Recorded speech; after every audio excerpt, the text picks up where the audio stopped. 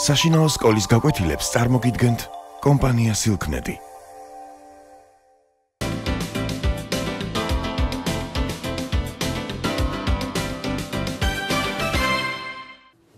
მოგესალმებით. დღეს ჩვენ ვისაუბრებთ გიორგი ლეონიძის ულამაზეს ლექსზე ყივჩაღის პაემაზე.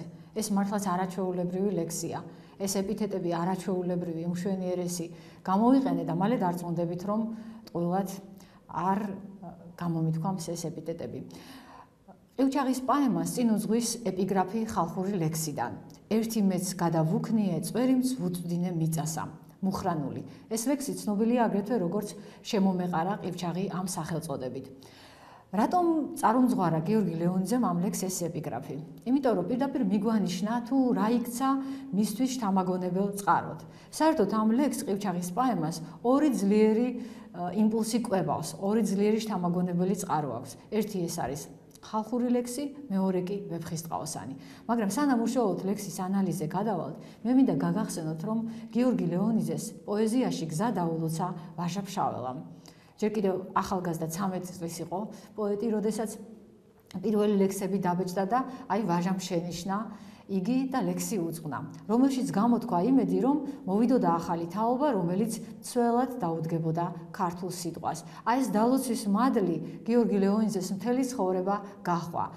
შემდეგ არაერთი ლექსი მიუძღვნა ვაჟა-ფშაველას და ერთ-ერთში წერს, რომ მე ისე უნდა შევება ქართულ სიტყვას, როგორც აი დამლოცა ვაჟა-ფშაველამ დამსკდარი ხელი თავზე დამატოო და მართლაც გიორგი ლეონიძის პოეზია გამოირჩევა ამ საოცარი მადლით, საოცარი დალოცვილობით. ერთგან წერს კიდევაც პოეტი, რომ მე მიყვარს მუხლადი, ბედაური, მაძღარი სიტყვა. თითქოს უჩვეულოა სიტყვის დახასიათება ამგვარი ეპითეტებით, მაგრამ მართლაც რომ მუხლადია მისი სიტყვა, მართლაც რომ ბედაურია და მაძღარია, რაღაცა ერთდროულად აქვს კავშირი მიწასთან და ცასთან. სხვა დროსაც გვიხსენებია, რომ მას აქვს შეგრძნება სიტყვის ფერისა, სიტყვის მუსიკალურობისა, სიტყვის გემოსი. გრძნობ მის პოეზიაში, როგორ იბადება სიტყვები თავიდან და რაღაც ნაცნობი სიტყვები თითქოს ახალ მნიშვნელობებს იძენენ. და დღეს ამ ყოველივეში ჩვენ დავწმუნდებით ამ ლექსის ანალიზით. სანამ სტიქონ დაუყვებით ამ ლექსს და განვიხილავთ, ჯერ მთლიანობაში აღვიქვათ.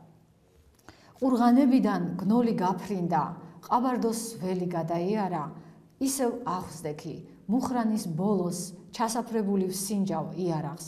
ქსანზედ არაგვზედ ისევ ყვავიან, ხოდაბუნები თავთუხებისა, შენი ტუჩებიც ისე ტკბილია, როგორც ბადაგი დადუღებისას, ხოხბობას გნახე, მოწურილი იყო, როცა ზაფხული რუსთაველისა, ნეტამს ბადაგი არ დამელია და იმ დღეს ხმალი არ ამელესა, ტრამალ და ტრამალ გამოგედევნე, შემოვამტვერე გზები ტრიალი, მცხეთას ვუმტრიე საკეტურები, ვლეწე ტაძრები კელავტრიანი, მაგრამ თვითონაც დაილეწება, დაბადებულა ვინც კი ყივჩაღად, მუზარადიან შენს ქმარ შემოვხდი, თავი შუაზე გადამიჩეხა, მოდი მომხვიე ხელი ჭრილობას, ვეღარ აქ ხედავ, სისხლით ვიცლები, როგორც საძროხე ქვაფს ოხშივარი, ქართლის ხეობებს ასდით ნისლები, მოდი, გეძახი 1000 წლის მერე, დამნაცროს ელვამ, შენი ტანისამ, ვარდის ფურცლობის ნიშანი არის და დრო ახალი პაემანისა.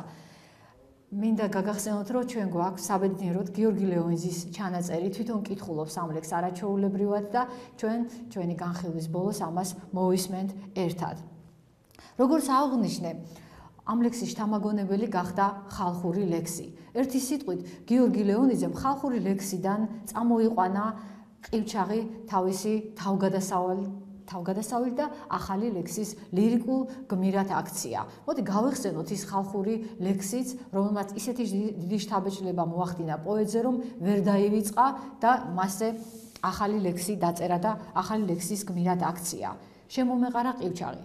შემომეყარა ყივჩაღი სამზღვარსა მუხრანისასა, პური მთხოვა და ვაჭმიე, ვურჩევდი თავთუხისასა, ხორცი მთხოვა და ვაჭმიე, ვურჩევდი ხოხობისასა, ღვინო მთხოვა და ვასმიე, ვურჩევდი ბადაგისასა, ცოლი მთხოვა და ვერ მივეც, მიმყავდა სიდედრისასა, ან კი ცოლს როგორ მივცემდი, შვილსა გაზრდილსა სხვისასა, ხელი მოხვია, აკოცა, მოზიდა ნაწნავს, თმისასა, შესტირა საბრალო ქალმა, ვაიცოლს სუდის ყმისასა, მეც გულმა ვეღარ გამიძლო, მოვზიდე ვადას ხვლისასა, უმალვე იმან დამასწრო, ელვასა გვანდა ცისასა, მაგრამ დაუცდა მუხანაც, ვენაცვლე მადლსა ღვთისასა, ახლა მე შემოვუქნიე, მენდე მადლს ლაშრის ჯვრისასა, გავჭერი ცხენი დაკაცი, წვერიმს ვუწვდინე მიწასა, არ იყო ღირსი მოშორდა, ცქერას ნათელის მზისასა, ცოლი სიდეთსა მიუგვარე, ის კი იქაჭამს ქვიშასა. როგორც ხედავთ, ამ ლექსის მთავარი გმირი არის ქართველი, რომელიც თავისი თვალთახედით გვიყვება თავგადასავალს. ჩვენი ერთ დღეს ცოლთან ერთად მიდიოდა სიდეთთან და შემოეყარა მას გზაში ყივჩაღი, რომელსაც გაუწია არაჩვეულებრივი მასპინძლობა.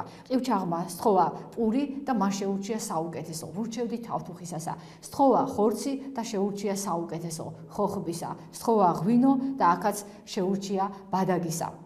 როგორც ვიცით, ქართველი კაცი საერთოდ გამოირჩევა თავისი პურადობით, თავისი პურითა და ღვინით. გიორგი ლეონიძე ერთგან წერს, რომ ასე მგონიაო, ხელში პურის კალამი მიჭირავს და იმითი წერო. მაგრამ ეს ყივჩაღი აღმოჩნდა თავხედი, წაიპოტინა მის ცოლსაც, გაიმართა ორთაბრძოლა და ქართველმა აი ამ ორთაბრძოლაში დაამარცხა ყივჩაღი. აქ არის ერთი მნიშვნელოვანი დეტალიც, რომ როდესაც ლაპარაკობს მოწინააღმდეგეზე, მას არ ამცირებს, პირიქით, მასაც წარმოაჩენს როგორც კარგ მებრძოლს. უმალვე იმან დამასწრო, ელვასა გვანდა ცისასაო. საერთოდ ვინ იყვნენ ყივჩაღები? ყივჩაღები დავით აღმაშენებელმა მე-12 საუკუნეში ჩამოასახლა. ესენი იყვნენ მომთაბარე ტომები და მათგან შექმნა მუდმივი ჯარი. ისინი გამოირჩეოდნენ ვაჟკაცობით, თავდადებით, თავგამეტებულობით.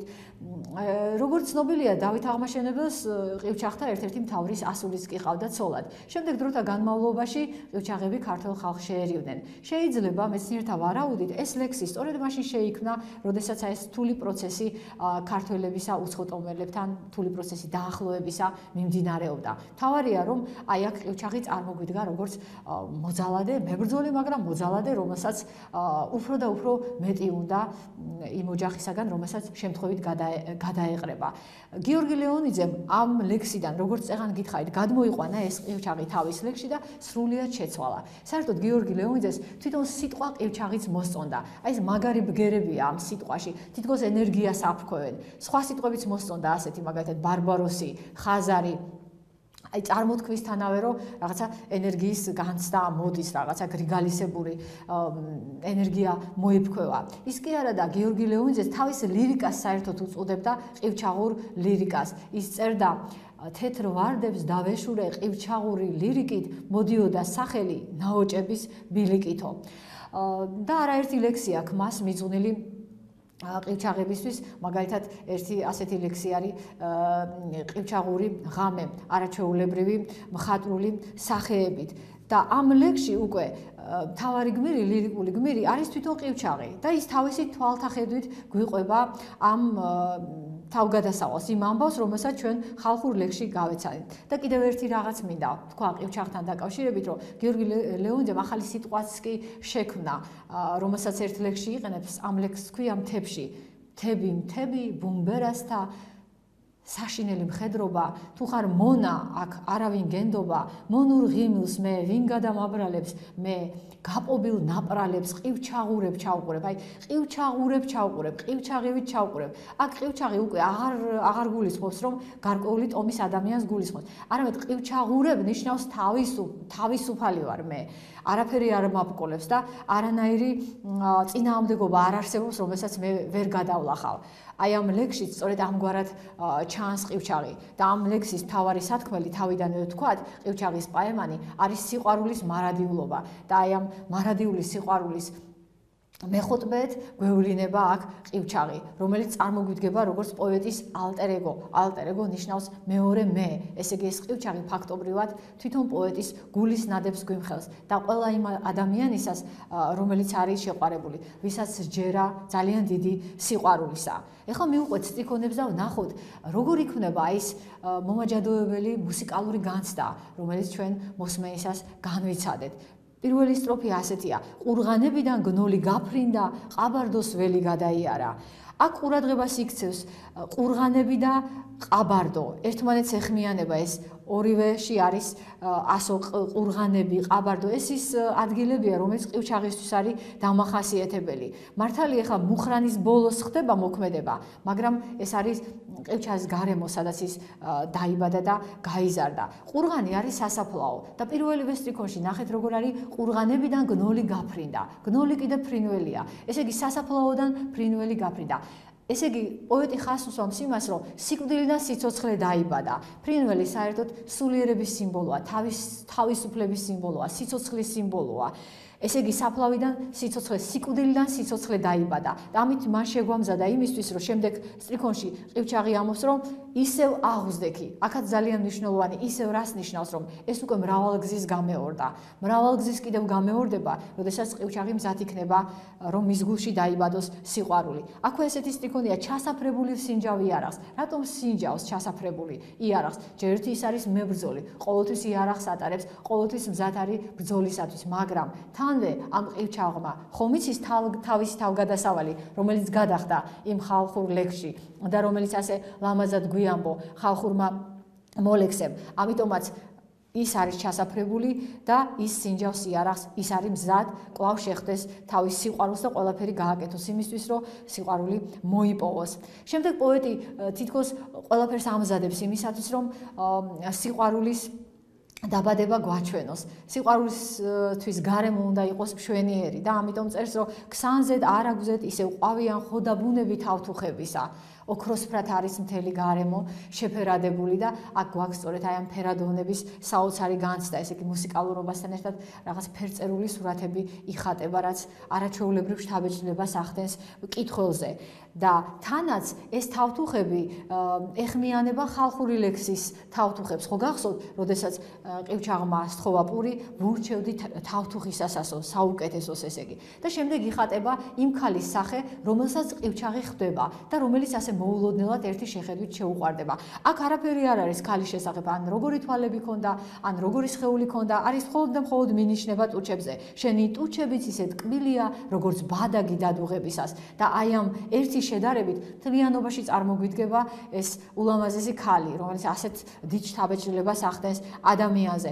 აქაც შესადარებლად ტუჩების ასე ვთქვათ სიტყვოს გამოსახატავად გამოიყენა პოეტმა ბადაგი, რათა მკითხველმა ესეთი თვალნათლივ წარმოიდგინოს, ასე ვთქვათ, შეიგრძნოს აი ამ მომაჯადოებელი ტუჩების სიტყვო.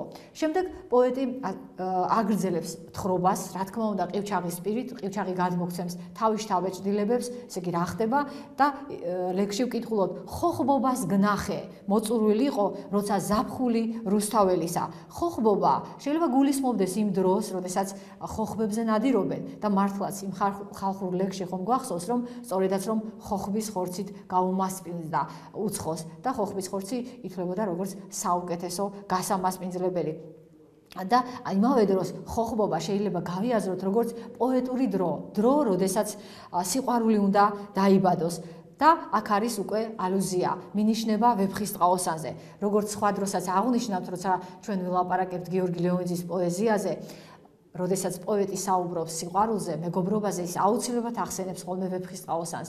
ან რემინისცენციით შემოიჭრება რუსთველი ხსენება, ან კიდე ალუზიით და აქ სწორედ აი ალუზია გვაქვს მინიშნება ვეფხისტყაოსანზე, რომელიც არის სიყვარულის დიდი წიგნი და პარემ აქვე ვიტყვი, რომ ეს წიგნი, რა თქმა უნდა, როგორც ყველა ქართველს, გიორგი ლეონიძესაც ქართული სიტყვის მწვერვალად მიაჩნდა.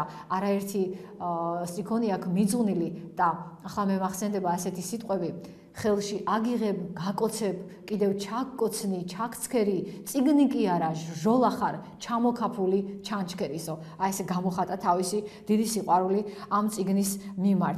და აქ როგორ წერს, რომ ხოხბობას გნახე, მოწურვილი იყო, როცა ზაფხული რუსთაველისა. აქ პირდაპირ არის მინიშნება რუსთველის სტრიქონებზე. ხომ გახსოვთ, როდესაც ავთანდილი მიდის ტარიელთან შესახვედრად, რათა ამ შეხვედრის შემდეგ წავიდნენ ისინი და ნესტანი დაიხსნან, აი სწორედ მაშინ არის ასეთი სტრიქონები, მოწურვილი იყო ზაფხული ქვეყნით ამოსვლა მწვანისა, ვარდის ფურცლობის ნიშანი, დრო მათის პაემანისა. და სწორედ რუსთველის ახსენა, იმიტომ რომ მიანიშნოს პოეტმა იმ დიდ სიყვარულზე, რომელიც ვეფხისტყაოსანში აღწერილი. ამით იმის თქმა უნდა, რომ ეს სიყვარული ყივჩაღისაც არის ამაღლებული, წარუვალი, მარადიული. სიყვარული აღგომაღლებსო, როგორც წერია ვეფხისტყაოსანში. თუმცა, აი აქ ამ სტროფში ოდნავი სინანული გაკრთება, ნეტამს ბადაგი არ დამელია და იმ დღეს ხმალი არ ამელესა.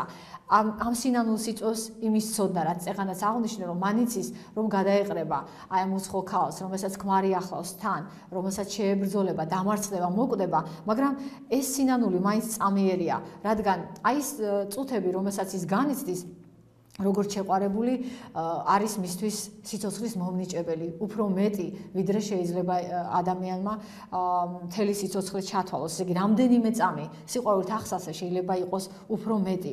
შემდეგ რიტმი თითქოს ჩქარდება ლექსისა და პოეტი ამბობს: ტრამალ და ტრამალ გამოგედევნე შემოვამტვერე გზები ტრიალი, მცხეთას ვუმტვრიე საკეტურები, ვლეწე ტაძრები კელაპტრიანი. საოცარი ენერგია მოიფრქვევა და ამ ენერგიის შექმნას, ასე ვთქვათ, მოზღვევებას ხელს უწყობს ალიტერაციები. ალიტერაცია არის მხატვრული ხერხი, როდესაც პოეტი ერთნაირ თანხმოვნებს იყენებს და თვალწინ წარმოგვიდგება ყივჩაღი, რომელიც მზად არის ყველაფერი დალეწოს, ყველაფერი დაამტვრიოს, რაც ხელს შეუშლის მას ამ სიყვარულის გზაზე. თავისთავად ესე იგი რაღაცის დალეწვა, მით უმეტეს ისეთი სიწმინდეებისა, როგორც აქ არის ნახსენები, მაგალითად მცხეთა, ტაძრები, კელაპტრები, თავისთავად რა თქმა უნდა არ არის კარგი, მაგრამ აქ პოეტს ამის თქმა არ უნდა, არამედ იმის ხაზგასმა, რომ არანაირი დაბრკოლება არ არსებობს ყივჩაღისათვის, რათა თავისი სიყვარული მოიპოვოს. შემდეგ სტიქონებში არის სინანული, მაგრამ თვითონაც დაილეწება დაბადებულა ვინც კი ყივჩაღად. ყივჩაღად აქ სიმბოლურია, ყივჩაღად დაბადებულობა, დაბადება ნიშნავს სწორედ აი ესეთი ადამიანი ხარ, თავისუფალი, მზადყოფი, რომ შენი სიყვარულისთვის ყველაფერი გაიღო. და აი აქ ესეთი სტიქონები რომ არის, მუზარადიან შენ ქმარს შემოხვდი თავის შუაზე გადამიჩეხა. თითქოს სინანული უნდა ახდეს ამ სტიქონებს, არადა როგორი საზეიმო ელფერით არის წარმოთქმული. თითქოს ყივჩაღს თავზე დაადგეს გამარჯვებულის გვირგვინი თავის შუაზე გადამიჩეხა. შემდეგ სტიქონებში არაჩვეულებრივი მეტაფორებით არის აღწერილი, როგორ ებინდება თვალი ყივჩაღს, როგორ უწვება თვალებში ნისლი, მაგრამ ის არ ნანობს, იმიტომ რომ მას თვალებში აქვს სატყბო სახება ჩარჩენილი და აქ იყენებს ასეთ შედარებას, როგორც საძროხე ქვაბს ოხშივარი ქართლის ხეობებს ასდით ნისლები. საძროხე ქვაბში ქვაბად ქარში იწოდება ისეთი ქვაბი, სადაც რძეს ადუღებენ და მართლაც რომ წარმოვიდგინოთ, როგორ ამოსდის ეს თეთრი, ასე ვთქვათ, დუღილისდოს ეს თეთრი ოხშივარი, აი ამ რძეს, აი ასეთი არის ნისლები და აი ეს ნისლი ჩდება ყივჩაღის თვალებში. და ამავე დროს თუ წარმოვიდგენთ, რომ იხარშება აქ ხორცი, რომელიც აი უსვამს ნოყიერებას, მიწასთან კავშირს ხაზს, უფრო კარგად წარმოგვიდგება აი როგორ მოკლეს ეს ყივჩაღი ადამიანი, როგორ დააკლეს, ასე ვთქვათ, პირუტყვივით თავის სიყვარულს. და ბოლოს სტროფში პოეტი ამბობს, რომ მოდი გეძახი 1000 წლის მერე. ყივჩაღი კი კვდება ფიზიკურად, მაგრამ ის სულიერად გადარჩება, იმიტომ რომ სიყვარული არის სწორედ გადამჩენელი ძალა, ამიტომაც არ არსებობს 1000 წლეულები. ის ისევ ეძახის თავის სატრფოს, როგორც ბიბლიაშია წელი 1000 ვითასა დღე ერთიო. მოდი გეძახი 1000 წლის მერე, დამნაცროს ელვამ შენი ტანისა. ეს არაჩვეულებრივი მეტაფორაა, ხომ?